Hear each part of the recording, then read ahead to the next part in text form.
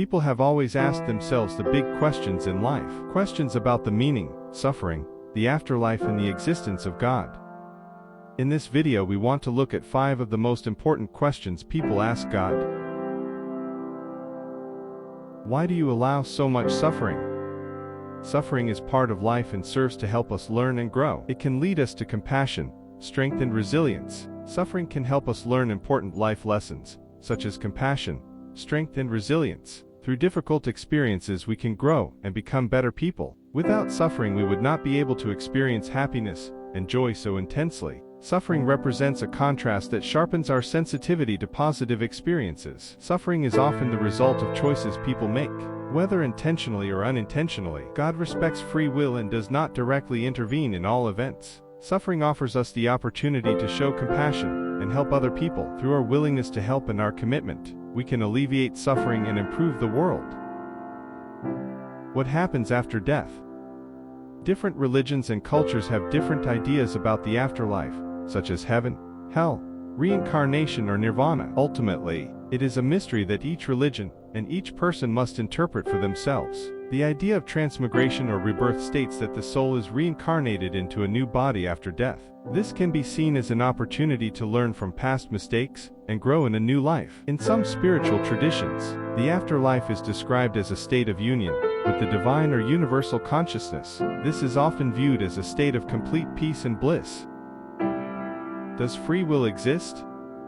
The question of free will has been debated by philosophers and theologians for centuries. There is no simple answer as it touches on the nature of consciousness, choice, and determinism. Some believe that free will is compatible with divine providence. God has a plan for the world, but people have the freedom to make their own decisions. Others believe that free will is limited by fate or predestination. Certain events are already determined, regardless of our decisions.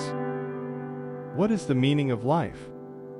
There is no universal meaning of life that applies to all people. Each person must find their own meaning in life based on their values, beliefs, and goals. The meaning of life can be found in love for other people, compassion for all living things, and commitment to a better world. The meaning of life can also lie in personal development, the pursuit of knowledge, and the realization of one's potential. Why is there so much evil in the world?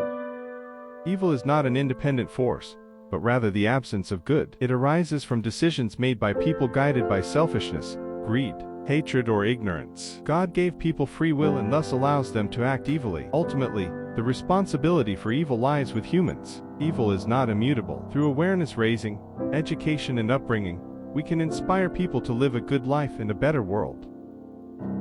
It is important to note that these are only possible answers to these questions. There are many other possible perspectives, both religious and philosophical. Ultimately, these questions are unanswerable because they exceed the limits of human understanding. Addressing these questions can encourage people to examine their own values, beliefs, and relationship with God. There are no easy answers, but the search for answers can lead to a deeper understanding of life and our role in the world.